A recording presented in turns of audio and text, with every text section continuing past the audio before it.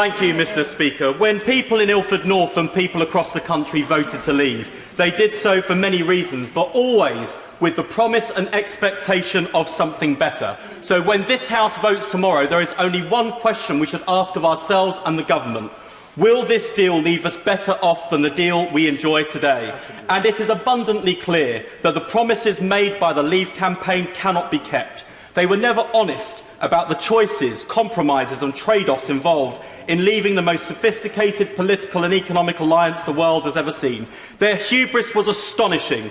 Claims of only upsides, not downsides, that we would hold all the cards and could choose the path we want, that this would be the easiest trade deal in human history. Well, political gravity came to bite just as quickly as leading Leavers left the cabinet faster than rats fleeing a sinking ship. The Prime Minister claims this is the best deal on offer. She tells us that this is a better deal than any third country enjoys with the European Union.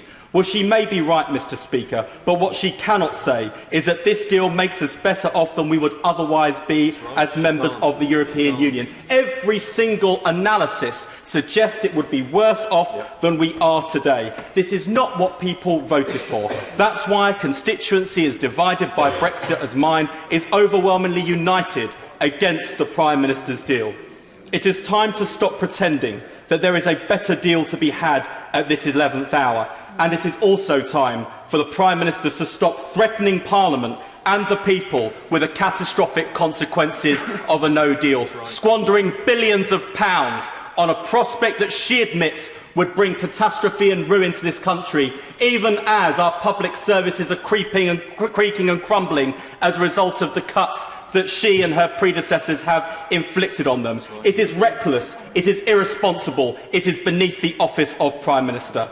Mr. Speaker, it's also time for my own party to face up to some hard choices. There is no better Brexit. There is no jobs first Brexit. There isn't a Labour Brexit. Whichever way our party turns, we risk upsetting some of our voters. And I don't envy the position the Leader of the Opposition and the Shadow Cabinet finds itself in.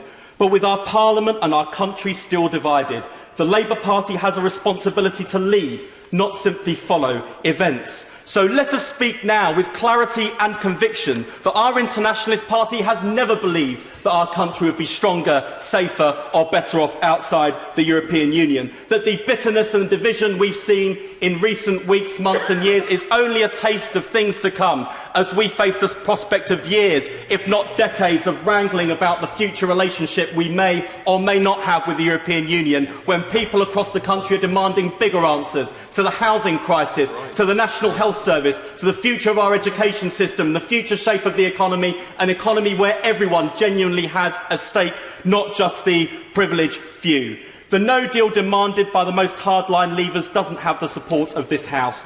And actually it would be the poorest left paying the heaviest price. It would be a painful Brexit. And though I respect those people arguing for a closer relationship through the single market or the customs union at this late stage, it would be Brexit in name only. It wouldn't heal the divisions either. It would be a most pointless Brexit.